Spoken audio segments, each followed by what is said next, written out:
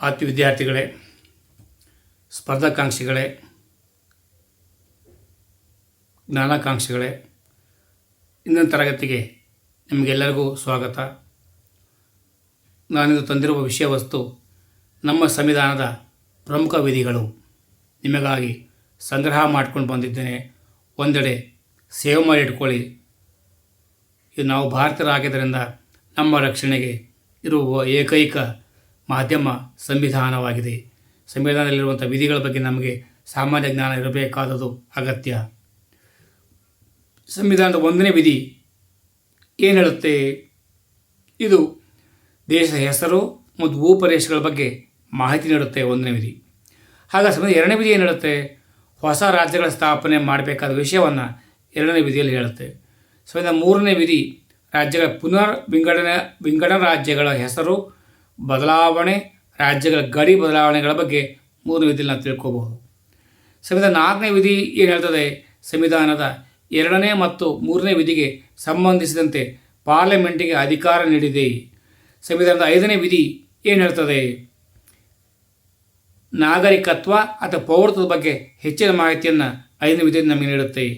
ಸಂವಿಧಾನ 6ನೇ ವಿಧಿ ಪಾಕಿಸ್ತಾನದಿಂದ ಭಾರತಕ್ಕೆ ಬಂದಿರುವ ವ್ಯಕ್ತಿಗಳ ಮತ್ತು ಪೌರತ್ವದ ಹಕ್ಕುಗಳ ಬಗ್ಗೆ ಇದು ನಮಗೆ 6ನೇ ವಿಧಿ ಮಾಹಿತಿ ನೀಡುತ್ತೆ. ಸಂವಿಧಾನ 7ನೇ ವಿಧಿ ಭಾರತದಿಂದ ಪಾಕಿಸ್ತಾನಕ್ಕೆ ಹೋಗಿರುವ ವ್ಯಕ್ತಿಗಳ ಪೌರತ್ವ ಹಕ್ಕುಗಳ ಬಗ್ಗೆ ಮಾಹಿತಿ ಕೊಡುತ್ತೆ. 6 ಬಂದಿದ್ದಾದರೆ 7 ಹೋಗಿದ್ದು. ಸಂವಿಧಾನ 8ನೇ ವಿಧಿ ಭಾರತದಿಂದ ಬೇರೆ ಬೇರೆ ದೇಶಗಳಲ್ಲಿ ವಾಸವಾಗಿರುವ ಭಾರತೀಯರ ಪೌರತ್ವದ ಹಕ್ಕುಗಳು.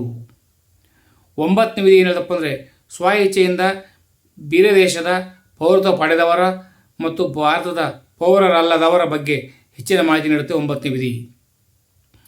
ಸಂವಿಧಾನ 10ನೇ ವಿಧಿ ಪೌರತ್ವದ ಮುಂದುವರಿಕೆಯ ಬಗ್ಗೆ ಮಾಹಿತಿ ಕೊಡುತ್ತೆ. 11ನೇ ವಿಧಿ ಪೌರತ್ವಕ್ಕೆ ಸಂಬಂಧಿಸಿದಂತೆ ಕಾನೂನು ಮಾಡುವ ಅಧಿಕಾರ ಪಾರ್ಲಿಮೆಂಟ್ಗೆ ಇದೆ.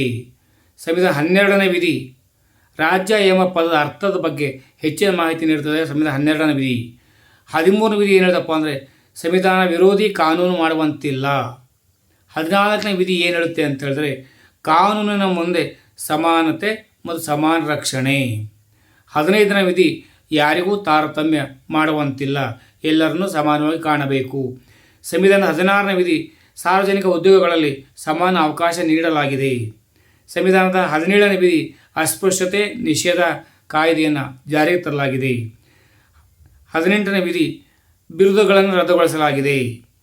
19ನೇ ವಿಧಿ 6 ವಾಕ್ ಸ್ವಾತಂತ್ರ್ಯಗಳಿವೆ. 19A ವಿಧಿ ವಾಕ್ ಸ್ವಾತಂತ್ರ್ಯ ಮತ್ತು ಪತ್ರಿಕಾ ಸ್ವಾತಂತ್ರ್ಯದ ಬಗ್ಗೆ ಮಾಹಿತಿಯನ್ನು ನೀಡುತ್ತೆ. 19ನೇ B ವಿಧಿ ಸಭೆ ಸೇರುವ ಸ್ವಾತಂತ್ರ್ಯ. 19ನೇ C ವಿಧಿ ಸಂಘ ಕಟ್ಟುವ ಸ್ವಾತಂತ್ರ್ಯ. 20ನೇ ವಿಧಿ ಅಪರಾಧಿಗಳಿಗೆ ರಕ್ಷಣೆ ನೀಡುವ ಸ್ವಾತಂತ್ರ್ಯ. ಸಂವಿಧಾನ 20ನೇ A ವಿಧಿ ಹೇಳದಪ್ಪ ಅಂದರೆ ಎಕ್ಸ್ಪೋಸ್ಟ್ ಫ್ಯಾಕ್ಟೋ ಲಾ ಎಂಬ ಮಾಹಿತಿಯನ್ನು ಇದು ನೀಡುತ್ತೆ. ಸಂವಿಧಾನದ 20ನೇ C 20ನೇ B ವಿಧಿ ಹೇಳದಪ್ಪ ಅಂದರೆ ನೋ ಡಬಲ್ ಜಿಯೋಪಾರ್ಡಿ. ಸಂವಿಧಾನದ 20ನೇ C ವಿಧಿ ನೋ ಸೆಲ್ಫ್ ಇನ್ಕ್ರಿಮೇಷನ್. 21ನೇ ವಿಧಿ ಜೀವಿಸುವ ಸ್ವಾತಂತ್ರ್ಯ. ಸಂವಿಧಾನದ 21ನೇ A ವಿಧಿ ಶಿಕ್ಷಣದ ಹಕ್ಕು, ರೈಟ್ ಟು ಎಜುಕೇಷನ್ ಬಗ್ಗೆ ಮಾಹಿತಿ ಕೊಡುತ್ತೆ. 22ನೇ ವಿಧಿ ಆರೋಪಿಗಳ ರಕ್ಷಣೆಯ ಬಗ್ಗೆ ಮಾಹಿತಿ ಕೊಡುತ್ತೆ. 23ನೇ ವಿಧಿ ಮಾನವ ಕಳ್ಳಸಾಗಣೆ ನಿಷೇಧದ ಬಗ್ಗೆ ಮಾಹಿತಿಯನ್ನು ಕೊಡುತ್ತೆ. 24ನೇ ವಿಧಿ ಬಾಲ ಕಾರ್ಮಿಕ ಪದ್ಧತಿ ನಿಷೇಧದ ಬಗ್ಗೆ ಮಾಹಿತಿಯನ್ನು ಕೊಡುತ್ತೆ. 25ನೇ ವಿಧಿ ಯಾವುದೇ ಧರ್ಮ ಪ್ರಕಾರ ಮಾಡುವುದು. 26ನೇ ವಿಧಿ ಧಾರ್ಮಿಕ ಸಂಸ್ಥೆಯ ಸ್ಥಾಪನೆ ಮಾಡುವುದು.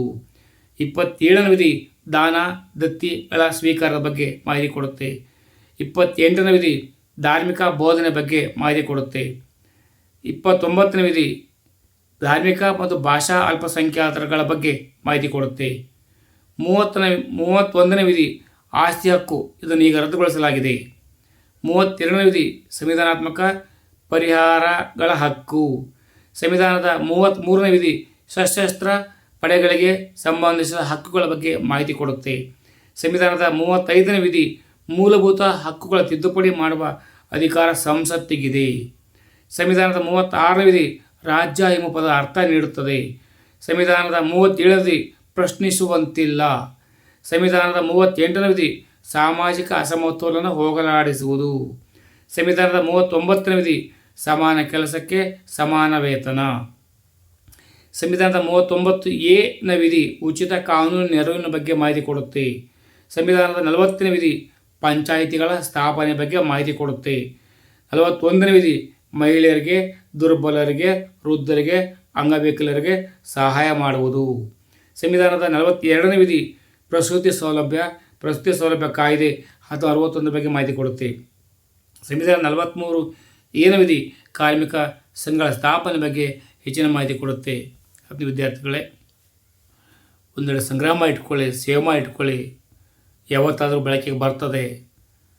ಪರೀಕ್ಷೆಯಲ್ಲಾಗ್ಬೋದು, ಸ್ಪರ್ಧಾತ್ಮಕ ಪರೀಕ್ಷೆಯಲ್ಲಾಗ್ಬೋದು, ಇನ್ಯಾವುದೋ ಪರೀಕ್ಷೆಯಲ್ಲಾಗ್ಬೋದು, ನಿಮಗೆ ಸಹಾಯಕ್ಕೆ ಬರ್ಬೋದು. ಸರ್ವೇ ಜನೋ ಸುಖಿನೋ ಭವಂತು.